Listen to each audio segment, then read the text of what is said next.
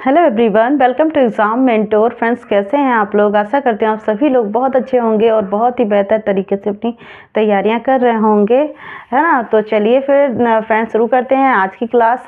आज की क्लास में हमें फिर से क्या पढ़ना है? रैंकिंग। क्योंकि हमारी क्लास में क्या चल रहा था? अभी रैंकिंग ही चल रहा था, है ना। इससे पहले भी मैंने आपके लिए कितने 2 वीडियो बनाई है रैंकिंग से रिलेटेड, जिसमें मैंने आपको कुल व्यक्ति अगर निकालनी है ना रैंकिंग में, जैसे पूछा जाता है अगर कि कुल व्यक्ति कैसे निकलेंगे, है ना, कुल व्यक्ति कितने होंगे, तो उसके लिए मैंने फॉर्मूला बताया है आपको कि क्या करना है। उसके बाद अगर आपसे पूछा जाए कि दाएं छोर से अगर दाएं छोर से किसी व्यक्ति का स्थान निकालना है तो हमें कैसे निकालना है, ठीक है। उसी तरह आज ये हमारा तीसरा वीडियो होगा और इसमें मैंने आपको, देखिए यहाँ पे मैंने पहले ही फॉर्मूला लिख दिया है। आप ये फॉर्मूला यूज़ करके क्वेश्चन लगा सकते हैं। इसमें क्या है ना कि क्या कह रहा है कि किसी व्यक्ति का पंक्ति में बाएं से, ठीक है, बाएं से या ऊपर से स्थान पूछ रहा है ना कि क्या होगा। अगर क्वेश्चन में पूछा जाए कि किसी व्यक्ति का बाएं से स्थान बताइए या फिर ऊपर से स्थान बताइए, ठीक, या फिर ऊपर ना कह के क्या कह दिया जाए, आरंभ से, ठीक है, बात सेम ही है, सबका मतलब एक ही है, ठीक है। तो ऐसे पूछ लिया जाएगा तब उसके लिए क्या करना होगा हमें, उसमें हमें कौन सा फॉर्मूला लगाएंगे? हम ये लगाएंगे कि पंक्ति में कुल व्यक्तियों की संख्या, ठीक है, पंक्ति में जितने व्यक्ति दिए होंगे उन व्यक्तियों की संख्या माइनस उस व्यक्ति का पंक्ति में दाएं या नीचे से स्थान +1, ठीक है। क्या करना है कि पंक्ति में कुल जितने व्यक्ति दिए होंगे उन व्यक्तियों की संख्या माइनस उस व्यक्ति की, है ना, जिस व्यक्ति के बारे में पूछा जा रहा है कि उसका बाएं से स्थान क्या होगा, तो उसका हम देखेंगे ना कि दाएं से स्थान क्या है, उसके दाएं का स्थान हम रखेंगे, माइनस करेंगे और उसमें +1 कर देंगे, ठीक है, जो भी आएगा। तो इसी तरह अच्छा देखिए, जैसे इस पर कुछ नहीं, फॉर्मूला में आपको कुछ याद भी नहीं करना है, बस ये फॉर्मूला दिखने में बड़ा लग रहा है। यहाँ बायां पूछ लिया गया है ना, तो दाएं का स्थान रख दिया गया है और कुल व्यक्ति जितने हैं उसमें से माइनस कर दिया गया है, फिर +1 कर दिया गया है। उसी तरह अगर दायां पूछ लिया जाता है ना कि हमें दाएं व्यक्ति का स्थान बताना है, तो दाएं व्यक्ति का स्थान बताने के लिए क्या करते हैं, जो बायां उसका स्थान दिया होता हम उसको रखते, माइनस करते और उसमें +1 कर देते, आ जाता, ठीक है।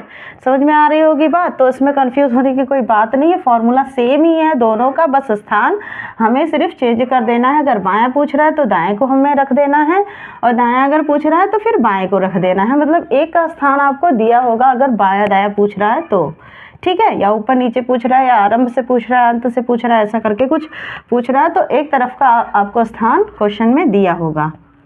तो चलिए सॉल्व करते हैं। आज की क्लास में हमें क्या देखना है, देखिए हमारा पहला क्वेश्चन क्या हो रहा है यहाँ पे, 30 लड़कियों की एक कतार में राधा दाएं छोर से 15वें स्थान पर है, ठीक है। राधा का स्थान कौन सा है? 15वां स्थान है और किस छोर से है? दाएं छोर से, है ना। ये हमारा बायां छोर हो गया और ये हमारा दायां छोर हो गया, यानी दाएं छोर से राधा का कौन सा स्थान है? 15वां स्थान है, ठीक।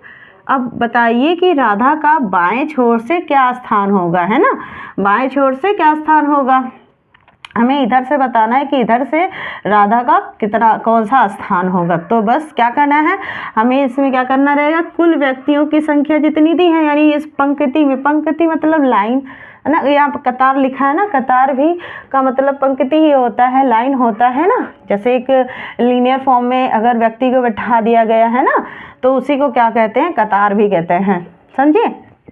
तो कतार में दिया ना कि 30 लड़कियों की कतार में, तो 30 यहाँ पे रख दिया गया। अब क्या करना है हमें, जो स्थान दिया है राधा का, कौन सा, दूसरी तरफ से जो स्थान दिया है उसको माइनस करना है और फिर इसमें क्या करना है, +1 कर देना है और हमें आंसर मिल जाएगा। तो 30 में से 15 गया तो यानी कितना बचा? 15 बचा और इसमें +1 कर दिया, कितना हो गया हमारा आंसर? 16।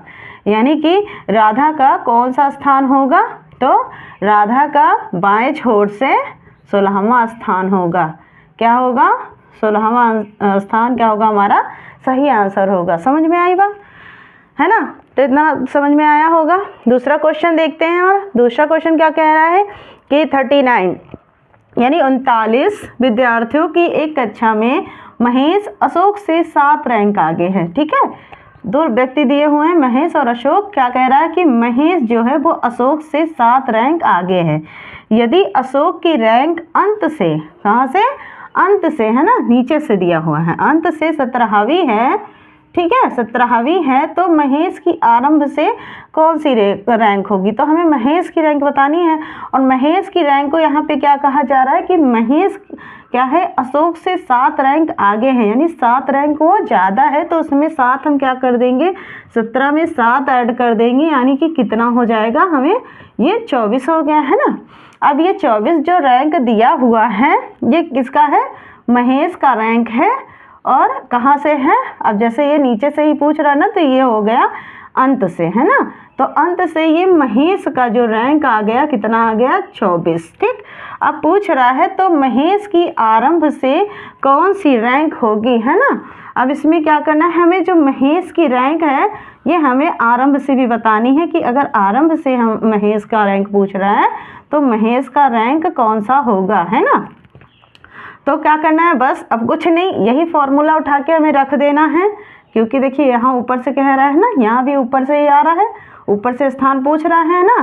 तो अब क्या होगा, क्या करेंगे हम इसमें, अब ये पूरा कितने विद्यार्थी दिए हुए हैं, 39 है ना, तो ये 39 हमने रख दिया। अब इसमें माइनस कितना करेंगे, महेश की जो हमारी नीचे से रैंक आ गई है, तो महेश की नीचे से रैंक कितनी आ गई, 24। अब इसमें हम क्या करेंगे, +1 कर देंगे। ठीक, तो अब घटाइए इसको, इनको घटाएंगे आप तो कितना आ जाएगा, 15 आ जाएगा, है ना।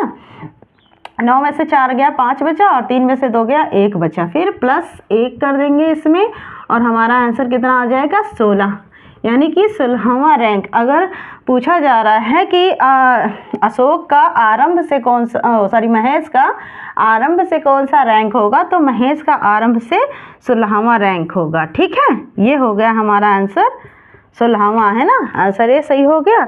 अच्छा देखिए, ये क्वेश्चन आपका एसएससी में पूछा भी गया है, ये आपका PYQ है, तो इसको ध्यान से देखिएगा, इसी टाइप का क्वेश्चन पूछा जाता है।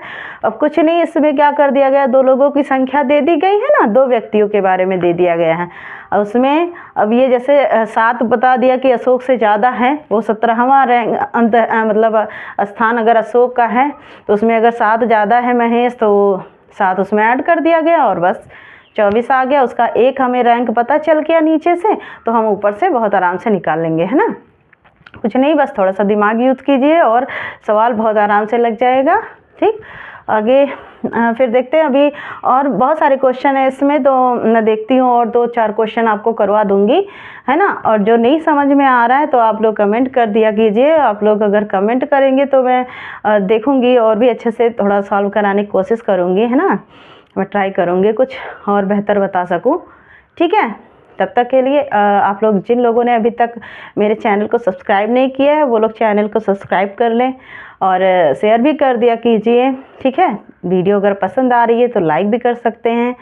तब तक के लिए thanks for watching, bye and take care.